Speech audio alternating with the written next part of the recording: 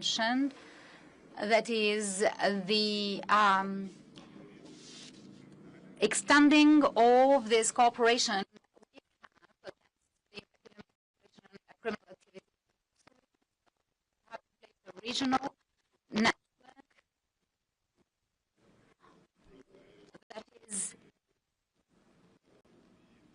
in sync with the law enforcement structures in the UK, in order to make sure that this whole area is one where the activity of criminal networks dealing in human trafficking is fully under control.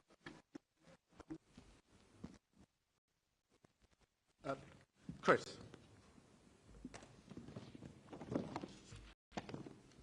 Christopher Hope, GB News. Prime Minister Edi Rama, you sound there like you're ruling out hosting an offshore processing centre for the UK, for migrants who arrive in the UK. Is that right, or are you willing to have this model for the UK to support our attempts at dealing with this illegal migration crisis? And to you, Sir Keir Starmer, you are in talks about return hubs. We've learnt that today with a number of countries. Which countries are you talking to? And when will the first migrants be sent overseas to be processed? And will it see migrant hotels emptying more quickly than currently? You got it right. I have been very clear since day one when we started this process with Italy that this was one-off with Italy because of our very special relation, but also the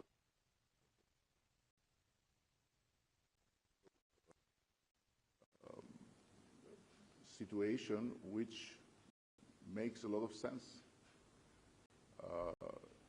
And very frank with you, by several countries if we were open to it, and we said no, because we are loyal to the marriage with Italy, and the rest is just love. Chris, in relation to your question to me, yes, we are in talks with a number of countries about return hubs, and I see them as a really important innovation, and with the work that we've done in relation to UK-Albania reduction in numbers, the work that we've done on law enforcement arrangements with other countries, the return agreements that we've put in place, the record number of returns, and what I'd like to do is add return hubs to that. We are in those talks, and therefore at the appropriate time I'll be able to give you further details in relation to it. In relation to the asylum hotels, I think it's really important to be absolutely clear as to why we have the problem that we have, and that is because the last government ran an open borders experiment, and on top of that didn't process the claims of asylum seekers, and therefore tens of thousands of asylum seekers in the UK were in limbo because they weren't processed, they couldn't be sent back, or dealt with if their application was successful. They're literally an ever-expanding pool put into hotels at taxpayers' expense. And that is the inheritance, the mess that we have to pick up. The way through that is obviously to do the work that we're doing to stop people coming illegally to the United Kingdom, which is why this summit, the work we've done with Albania and other countries is so vitally important, but also to process the claims so we can return people who shouldn't be in the United Kingdom. And I'm really pleased that we've rolled up our sleeves, got on, and now returned 24,000 people who had no right to be in the United Kingdom. That's the highest number for nearly 10 years, and we'll continue to do so. Thank you.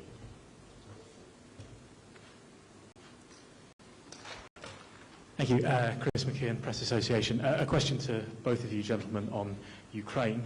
Vladimir Putin has declined to attend peace talks in Turkey today. Is there any hope for a ceasefire in Ukraine, and what is your message to Vladimir Putin?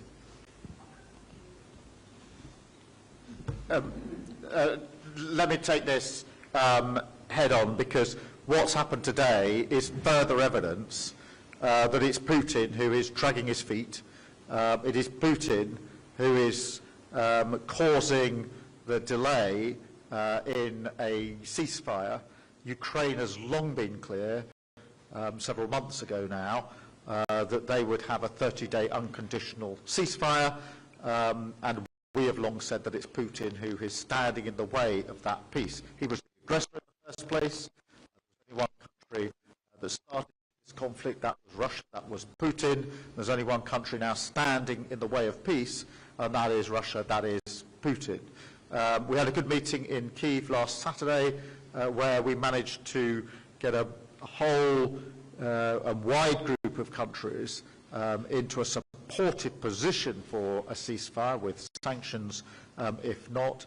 We now have the opportunity tomorrow at the EPC to continue our work to bring about a ceasefire. But for me, this is evidence of the point I've made repeatedly, which is that it's Putin that is dragging his heels. That is why we need all nations to line up together as allies to ensure we get the ceasefire that is so desperately needed, but also to ensure that we have sanctions in place should Putin continue down this path of dragging his heels and not coming to the table for the ceasefire.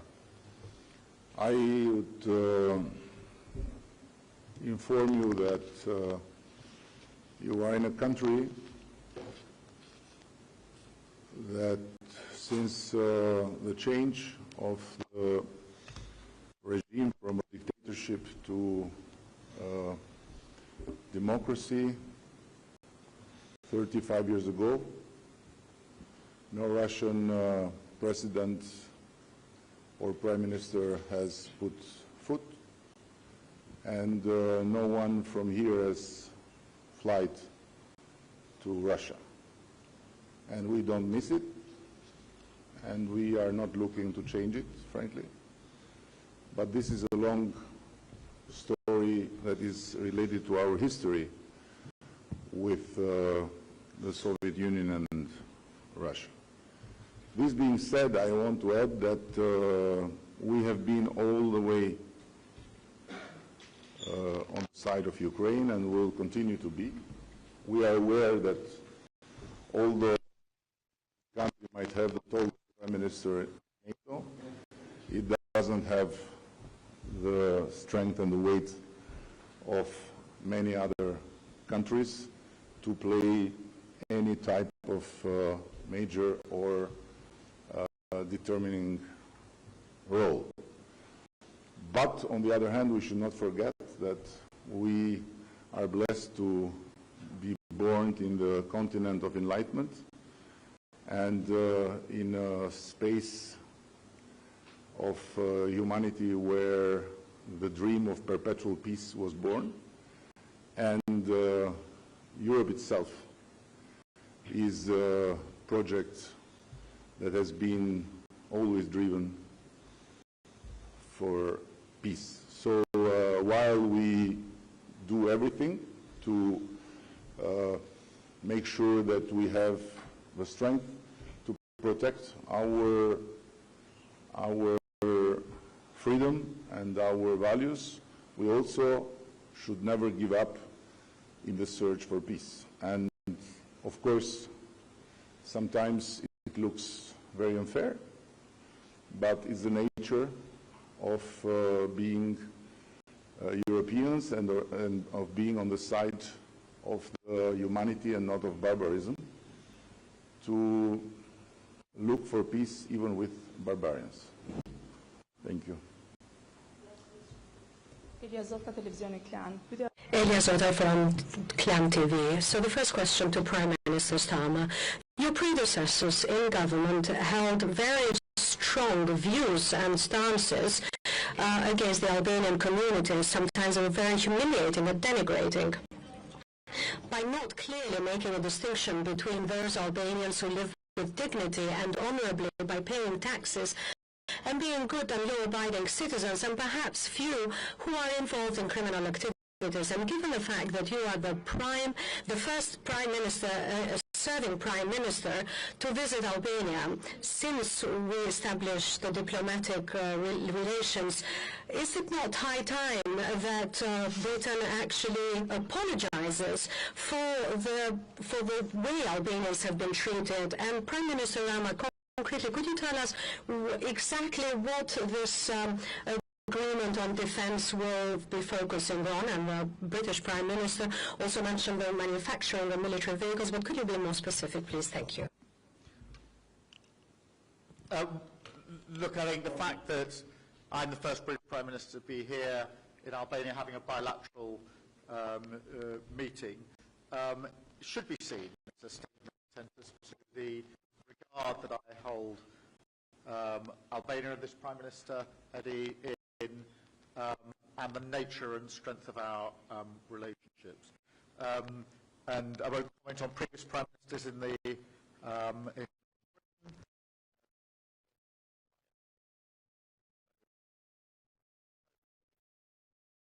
the hard yards of actually dealing with the problems that we have to address. I'd rather not shout about a challenge and a problem. I'd rather roll up my sleeves and seriously and pragmatically get on with solving it. And that, I think, is what we've proved in the last few months and years has been a much more effective way of dealing with the issues, including the joint work we saw today on law enforcement, which deals with very real issues of cross-border crime. We can't pretend that they're not there. But then equally, the training with the troops this afternoon, which is a moment I think we're both very proud of, that our troops and militaries are working together in that way. Thank you. Well, but we have to be fair and to not forget that it was not any British Prime Minister that did anything to offend the Albanians and to single out the Albanians. There were few other individuals that did it, but there is no excuse to ask because they were taken out from the British people by vote. So cursing the Albanians was not a good idea because the curse went back and they are now out of the parliament. So it's enough. We don't need more than that. And on the other hand, I have to say that what we have said repeatedly is that we are now in a new era, and that's why the government is in a new phase in terms of building up the and what we are doing with a great ally with an incredible knowledge, let alone the money, although they always complain, the Brits, that they don't have enough money, but I wish they knew that they are very rich. No, really. I wish they knew how rich they are.